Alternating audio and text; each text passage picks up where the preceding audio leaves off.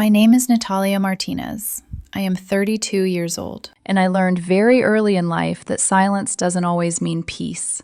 Sometimes it means you were never important enough to argue over. I grew up in a quiet corner of Phoenix, Arizona, where the desert heat shimmered so fiercely it could make you believe in mirages.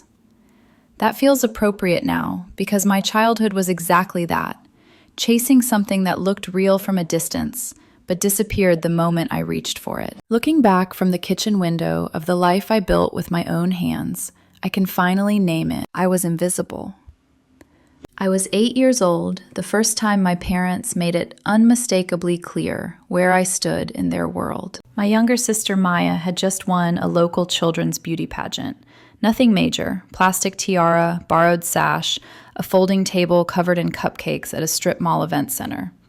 But you would have thought she'd just been crowned Miss America. Her blonde curls bounced as she stood in the center of our living room, my mother adjusting the cheap rhinestones on her crown with reverence, as if touching something sacred. I stood a few feet away, holding a drawing. It was a family portrait I'd worked on for hours. Crayons ground down to nubs, all of us holding hands beneath a rainbow. I'd even drawn the dog. "Mom?" I said softly, lifting the paper. She glanced over her shoulder for half a second. "That's nice, honey," she said absently. "Put it on the fridge." She didn't even look back. But when Maya raised her participation ribbon from dance class, participation, not first place, my father practically exploded with pride. "That's my superstar," he boomed, scooping her up and spinning her around. I remember standing there, my arms slowly lowering, the paper bending slightly in my hand. That was the day I learned the pattern. Maya was the sun. I was just another planet, useful only in orbit. The favoritism didn't hide. It didn't whisper. It lived openly in our house, as obvious as the desert sky. Maya got private violin lessons. I got my cousin's worn-out sneakers. Maya got the bigger bedroom with the bay window.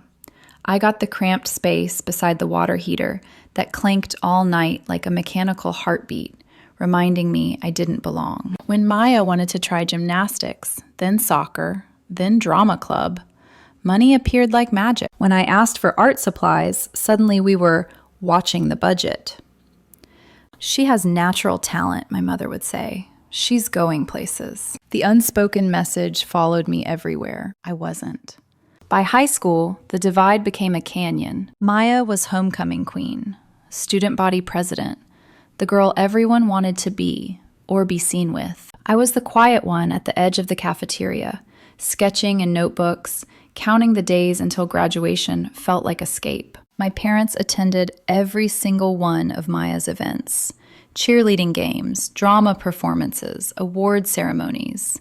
They never missed one. During my junior year, I made the dean's list 3 semesters in a row. I came home clutching my report card, heart pounding with hope. My father glanced at it and said, "Good for you, kiddo." Then he turned back to discussing Maya's prom dress shopping. That night, lying in my narrow bed, listening to the water heater bang and groan, something hardened inside me. I made myself a promise. I was going to build something beautiful out of my life, with or without their approval. I was going to matter, even if it was only to myself. I didn't know then that years later, that promise would place every card in my hands, while my parents would finally understand what they'd thrown away when they chose their golden child over the daughter quietly turning into gold. But I'm getting ahead of myself. College was my first real breath of air, and I had to fight for every inch of it. While my parents happily wrote checks for Maya's sorority dues and spring break trips to Cancun,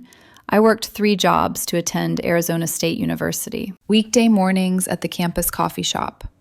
Weekend nights waitressing at Romano's Italian restaurant. And whenever I could squeeze it in, freelance graphic design for local businesses. "You're going to burn out," my roommate Clara warned, watching me stumble in at midnight with coffee-stained clothes and textbooks under my arm. But every dollar I earned felt like freedom. Every assignment completed on my own merit felt like proof that I existed. The irony wasn't lost on me. While Maya majored in communications, somehow always partying, always traveling, I was pulling straight A's in graphic design while barely sleeping. Not that my parents noticed. When I called home to tell them I'd made the dean's list again, my mother always responded the same way. "That's wonderful, dear. Did I tell you Maya got asked to model for a local boutique?" Something inside me cracked quietly. By senior year, exhaustion finally caught me. I was presenting my final portfolio in Professor Martinez's advanced class when the room started spinning. I woke up on the floor. Concerned faces. A hand on my shoulder. "When was the last time you ate a proper meal?" Professor Martinez asked gently. I couldn't remember. That conversation changed everything. "Natalia," he said, looking at me over wire-rimmed glasses, "you are one of the most talented students I've ever taught, but talent without self-care is self-destruction." I cried in my car afterward. For the first time, someone saw me, really saw me. And that belief would change my entire life. But before it did, I had to finally let go of the hope that my parents ever would. And that loss hurt more than I was ready to admit. Graduate school began the way my childhood never had, with someone choosing me. Professor Martinez's offer still felt unreal when I replayed it in my head. A full scholarship, a teaching assistantship, a stipend that meant I could finally stop counting every dollar before spending it. Health insurance, time, space to breathe. When I left his office that day, the Arizona sun felt different on my skin. Less punishing, more forgiving. As if the world itself had decided to meet me halfway for once. I called my parents that evening from the tiny apartment I shared with Clara, standing by the window because I needed something solid to lean against. "Mom," I said, unable to keep the excitement out of my voice, "I got into graduate school, full scholarship." There was a pause. Not silence, background noise. The television, dishes clinking. "That's nice, honey," she said. "Hold on a second." The familiar shuffle, her hand over the receiver. "Richard," she called. "Maya just called. She got accepted to that modeling agency in Los Angeles." I stood there holding the phone while their voices faded into excited chatter, my news dissolving into static. That was the moment something finally clicked into place. I wasn't waiting anymore. I didn't hang up angrily. I didn't cry. I simply stopped hoping. Graduate school became my proving ground, not for them, but for myself. Without the constant grind of 3 jobs, I discovered what my mind could actually do when it wasn't running on survival mode. My thesis focused on rebranding struggling small businesses, telling their stories visually, emotionally, honestly, and people noticed. By the time I graduated with my master's degree, I had 3 paying clients and enough savings to rent a studio apartment in Scottsdale. It was small, barely more than a rectangle with a window, but it was mine. "Martinez Design Solutions," I said into the phone one morning, practicing my professional voice while unpacking boxes. The words felt heavy with possibility. My first major client was a family-owned landscaping company called Desert Bloom. Mrs. Chun, the owner, had seen my work online and took a chance on me. "You don't just design logos," she said after my presentation. "You tell stories." That became my signature. Every brand got a narrative, a reason to exist beyond profit. Word spread quickly through Phoenix's business community. Within 2 years, I moved into a real office downtown and hired my first employee, Jake, a sharp, relentlessly optimistic designer who believed in me almost as much as Professor Martinez had. "You know you're kind of a big deal, right?" Jake said one afternoon, scrolling through client inquiries. I laughed it off. What I didn't tell him, or anyone, was that Martinez Design Solutions was pulling in 6 figures annually. My little hobby was outperforming my father's 23-year career in middle management. But business success didn't prepare me for what happened on a random Thursday night in March. Jake and I were celebrating landing our biggest client yet, a tech startup that wanted us to handle their entire brand launch. We were at a wine bar downtown, music low, conversation easy. "To Martinez Design Solutions," Jake toasted. "And to the boss, who doesn't realize she's already won."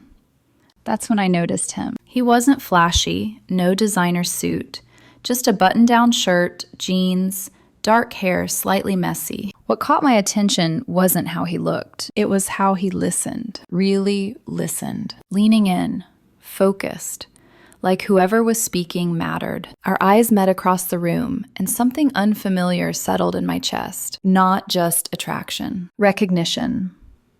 When he walked over, smiling slightly, and said, "I'm sorry to interrupt, but I had to know what's making you glow like that."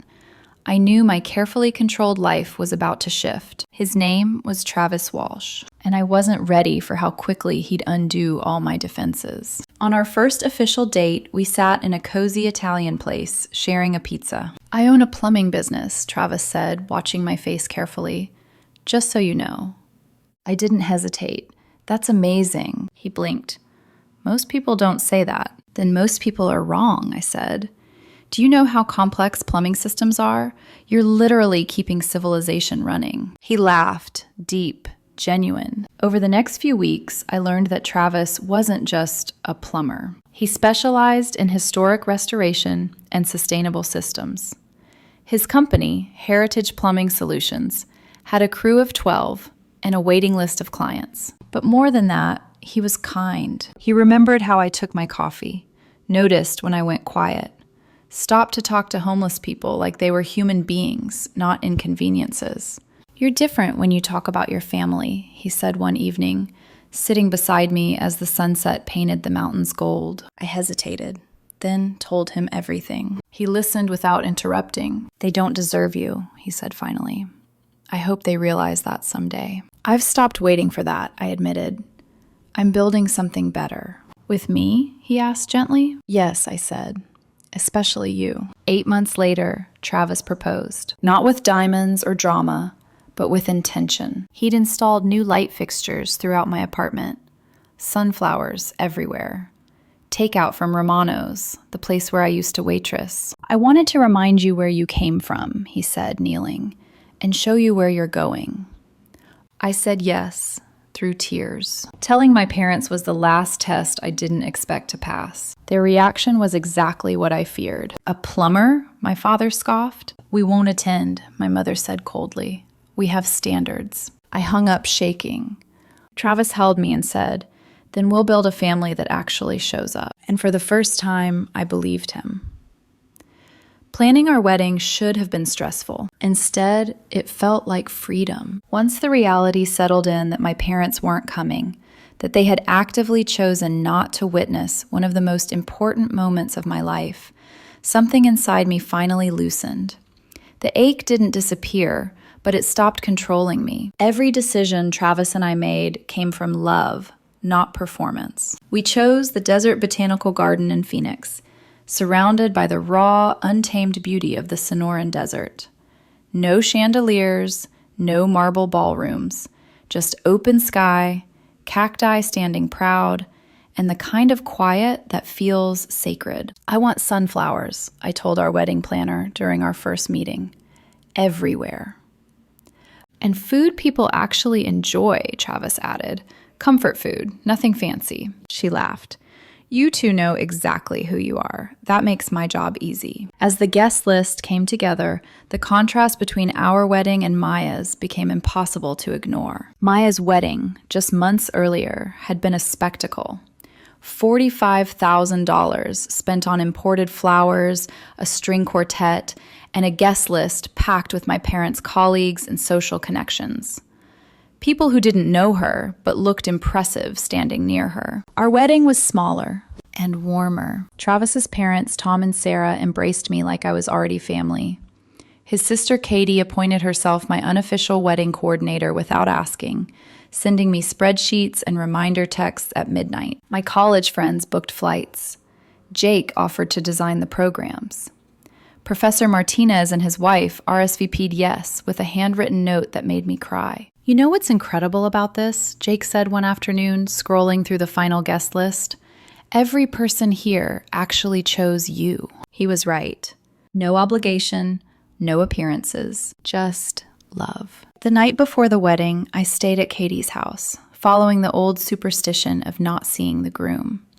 We drank wine, watched bad movies, and laughed until my stomach hurt. Then my phone buzzed. Unknown number. The image loaded first. It was Maya, dressed in a sleek designer gown at some upscale event. Perfect makeup, perfect posture, too perfect. She looked thin, too thin, and there was something hollow in her eyes that tugged unexpectedly at my chest. The message followed. Mom, this is what a successful daughter looks like. Last chance to reconsider your mistake. I stared at the screen for a long moment, then I deleted it. Instead, I opened my camera and took a selfie. Hair in a messy bun, wearing Travis's oversized Arizona State sweatshirt, no makeup, smiling softly. I sent it to Katie with one line. This is what happiness looks like. She responded instantly. Damn right it is. The morning of our wedding dawned clear and cool. One of those rare Arizona days where the air feels crisp instead of oppressive.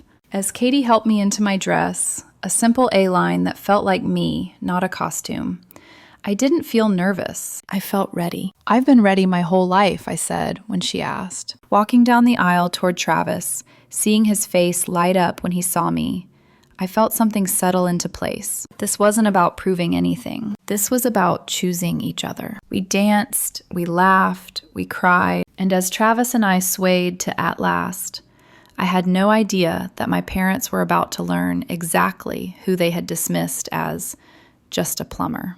The revelation came 3 weeks later. I was in my office reviewing proofs when my phone started ringing. Mom, Dad, Mom again, an unknown number. Then, shockingly, Maya. I ignored them all. At the same moment, an email from Travis popped up. He'd attached a photo of himself at a job site, dust-covered and grinning beside a massive, intricate water reclamation system. Your husband is brilliant, the client wrote. The engineers are blown away by his sustainable design. Jake burst into my office seconds later, eyes wide. Boss, he said, setting his laptop on my desk. You need to Google your husband. I typed, Travis Walsh, Phoenix. The headline nearly knocked the air out of me. Local entrepreneur Travis Walsh named Southwest Business Leader of the Year. Another article followed. From Pipes to Profits, how Travis Walsh built a multi-million-dollar empire. Revenue figures, awards, photos of him speaking at conferences, shaking hands with the mayor. My phone buzzed relentlessly. Finally, I answered. Natalia, darling, my mother said breathlessly, why didn't you tell us who you were marrying? I smiled. The plumber you refused to meet? I asked softly. A pause. Well, we may have misjudged. You spent $45,000 on Maya's wedding, I said calmly, and wouldn't attend mine. Silence. You're too late, I finished. We're already happy. I hung up feeling something close to peace. Not vindictive, just free.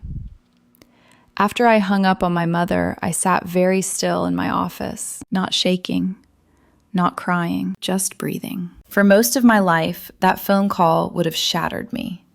I would have replayed every word, questioned every tone, wondered if maybe, just maybe, I could have said something better, softer, more convincing. But this time, something was different. This time, I felt clarity. The phone kept buzzing on my desk like an insect trapped under glass. Messages stacked up faster than I could read them. Mom, we need to talk. This is important. Dad, why didn't you explain things properly before? Maya, is Travis really that guy from the articles? I didn't answer any of them. Instead, I leaned back in my chair and let my eyes drift to the framed wedding photo on my desk. Travis and me, laughing mid-spin, sunflowers blurred behind us, joy unfiltered and unposed. This was the life they had chosen not to see. Jake hovered awkwardly near the doorway. You okay? He asked carefully. I nodded. Better than okay. And I meant it. That evening, Travis came home later than usual. He smelled like dust and metal and soap, the scent I'd come to associate with honest work and long days. You look calm, he said, loosening his collar. Suspiciously calm. I told him everything. The calls, the articles, the sudden interest. He listened quietly, jaw tightening only slightly. So now that they know I'm acceptable, they want back in? He asked. I shrugged. Seems that way. Travis shook his head, a short, humorless laugh escaping him. Funny how standards work. That night, I slept deeper than I had in years. Not because things were resolved, but because I knew they didn't control the outcome anymore. The next morning, I finally answered my mother's call. "Natalia," she exclaimed, voice syrupy in a way that instantly put me on guard. "We've been so worried." I closed my eyes briefly. "Worried about what, exactly?" I asked. "Well, everything," she said vaguely. "You married so quickly, and we didn't really understand the situation." "The situation?" I repeated. "Yes," she continued. "If we'd known Travis was established, we might have handled things differently." There it was. Not sorry.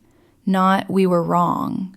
Just if we'd known. "You knew he was kind," I said evenly. "You knew he loved me. That wasn't enough." She sighed dramatically. "Natalia, you have to understand how it looked. A plumber, a business owner," I corrected. "A tradesman," she insisted. "People talk." "I'm done shaping my life around what your friends talk about," I said. There was a pause on the line, longer this time. "Well," she said finally, "your father and I were thinking, perhaps we could have a small dinner, celebrate belatedly." I pictured it instantly, them smiling too wide, asking Travis questions they should have asked before, pretending they'd always supported us. "No," I said. "What do you mean, no?" she asked sharply. "I mean, no dinner, no redo. You made your choice very clearly." Her tone shifted, the sweetness cracking. "You're being unreasonable." I smiled. "No," I said. "I'm being consistent." I hung up before she could respond. That afternoon, Maya texted again. "I didn't know," she wrote. "They never told me the full story." I stared at her name on the screen for a long time. Growing up, I'd blamed her for so much. For the attention, the money, the way the house tilted around her. But the truth was more complicated. She'd been shaped by them too, just in a different, shinier cage. "You knew they didn't come to my wedding," I finally replied. 3 dots appeared, disappeared, appeared again. "I thought you didn't want them there." That one hurt more than I expected. "I begged them to care," I typed. They chose not to. She didn't reply after that. Weeks passed. The calls slowed, then stopped. My parents' friends, however, were a different story. I started getting LinkedIn requests from people with last names I recognized. Men who'd attended Maya's wedding, women who'd once patted my head dismissively and asked what I planned to do with my little art hobby. Suddenly, they wanted meetings, coffee, synergy. I declined them all. Travis's business continued to thrive, but what struck me most was how little it changed him. Awards came and went, interviews stacked up, and still, he came home dirty, tired, and eager to hear about my day. One evening, as we cooked dinner together, he said, "Do you regret not telling them sooner about the business?" I didn't hesitate. "No." He raised an eyebrow. "They didn't reject you because they lacked information," I continued. "They rejected you because of who they thought you were." He nodded slowly. Fair. The true confrontation came unexpectedly. 3 months after the wedding, Travis and I attended a charity gala for historic preservation, one of his projects. I wore a simple black dress. He wore a suit that still somehow looked more practical than flashy. Halfway through the evening, I felt it before I saw it. My mother's voice. "Natalia." I turned. She stood there beside my father, impeccably dressed, eyes scanning the room as if measuring value. "You look lovely," she said. "So do you," I replied politely. Travis extended his hand. "Nice to finally meet you." My father hesitated before shaking it. "The articles were impressive," Dad said stiffly. "I imagine they were," Travis replied calmly. Dinner conversation was strained, careful, artificial. They asked about revenue, expansion, recognition. Not once did they ask how we were. At dessert, my mother leaned closer to me. "We've been thinking," she said quietly. "Perhaps we were too harsh." I met her gaze. "You weren't harsh," I said. "You were honest." She frowned. "What does that mean?" "It means you showed me exactly who you are when there's nothing to gain." Her lips parted, closed again. "We're your parents," my father said. We deserve forgiveness. I smiled, but there was no warmth in it. Forgiveness isn't access, I said, and it isn't owed. I stood, taking Travis's hand. We should go, I said. As we walked away, I felt no triumph, just certainty. Some doors don't close with a slam. They close quietly after you realize you never needed to walk through them again. And behind me, for the first time, I didn't look back. People assume vindication is loud, that it arrives with shouting, apologies, public humiliation, or tears soaked into expensive carpet. But the truth is, the most powerful kind is quiet. It settles in slowly, like certainty. After the charity gala, my parents stopped pretending. No more surprise calls, no more awkward invitations, no more half-hearted attempts to rewrite history. They had tried to step back into our lives when Travis's success made us socially acceptable again. And when that door didn't open, they finally understood something they'd never expected to face. Irrelevance. Life went on. Better than on. Martinez Design Solutions expanded into a second office. I hired 2 more designers. Clients began flying in from out of state. Jake became a partner in everything but title, and we joked about how neither of us could remember when just surviving had been the goal. Travis's company grew too, but he stayed the same. Still woke up early, still packed his lunch, still came home smelling like work instead of wealth. One evening, months after the gala, we were sitting on the back patio watching the desert sunset melt into purple and gold. "Do you ever think about them?" he asked gently. I considered the question honestly. "Yes," I said, "but not the way I used to." "How so?" "I don't wonder what I did wrong anymore," I replied. "I wonder how they missed so much." That realization, that their failure wasn't mine to fix, was the final piece of freedom. The last contact came unexpectedly. An envelope arrived in the mail. My parents' handwriting. Inside was a single photograph. It was old. Faded. Me at 8 years old, holding that crayon drawing of our family beneath a rainbow. On the back, in my mother's careful script, "We didn't realize what we had." I stared at it for a long time. Then I folded it gently and placed it back in the envelope. No reply. Some truths don't require response. Weeks later, Maya reached out. Not with questions, not with defensiveness, with honesty. "I don't know who I am without them," she wrote. "And that scares me." I read the message twice. Then I replied. "You get to find out," I wrote. "It's terrifying, and it's worth it." That was the beginning, not of reconciliation, but of something real. Boundaries remained, distance stayed, but the bitterness was gone. One night, Travis came home and found me organizing old photos. "What's this?" he asked, picking one up. I smiled softly. "Proof." "Of what?" "That the girl they overlooked built something they can't touch." He kissed my forehead. "They never deserved you," he said. "I know," I replied, "but I'm glad I survived them." Later that evening, as I stood at the kitchen window, the same place I'd once reflected on my childhood, I realized something else. I wasn't invisible anymore. Not because I proved them wrong, but because I stopped needing them to see me. And that, I learned, was the greatest victory of all.